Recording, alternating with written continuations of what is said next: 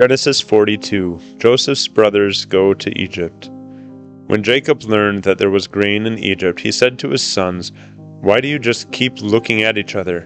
He continued, "I have heard that there is grain in Egypt. Go down there and buy some for us, so that we may live and not die."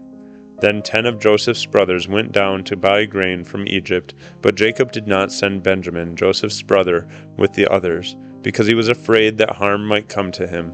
So Israel's sons were among those who went to buy grain, for there was famine in the land of Canaan also. Now Joseph was the governor of the land, the person who sold grain to all its people. So when Joseph's brothers arrived, they bowed down to him with their faces to the ground. As soon as Joseph saw his brothers, he recognized them, but he pretended to be a stranger and spoke harshly to them. "Where do you come from?" he asked. "From the land of Canaan," they replied, "to buy food." Although Joseph recognized his brothers, they did not recognize him. Then he remembered his dreams about them and said to them, "You are spies. You have come to see where our land is unprotected."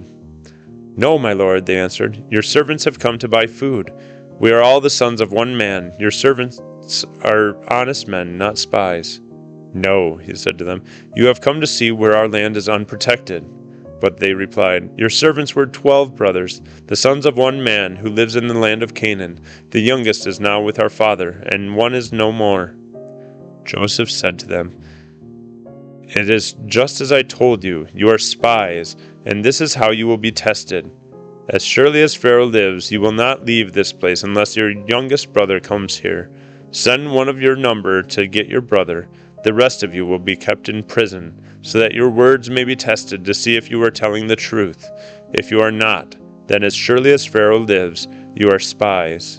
And he put them all in custody for 3 days. On the 3rd day, Joseph said to them, "Do this and you will live, for I fear God. If you are honest men, let one of your brothers stay here in prison, while the rest of you go and take grain back for your starving households. But you must bring your youngest brother to me, so that your words may be verified, and that you may not die." This they proceeded to do.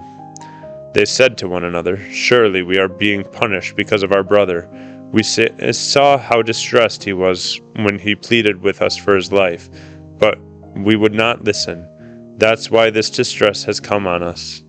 Reuben replied, "Didn't I tell you not to sin against the boy? But you wouldn't listen. Now we must give an accounting for his blood." They did not realize that Joseph could understand them, since he was using an interpreter. He turned away from them and began to weep, but then came back and spoke to them again.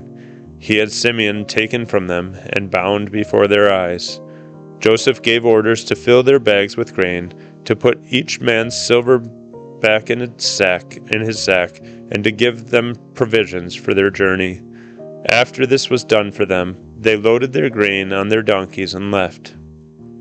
At the place where they stopped for the night, one of them opened his sack to get feed for his donkey, and he saw his silver in the mouth of his sack.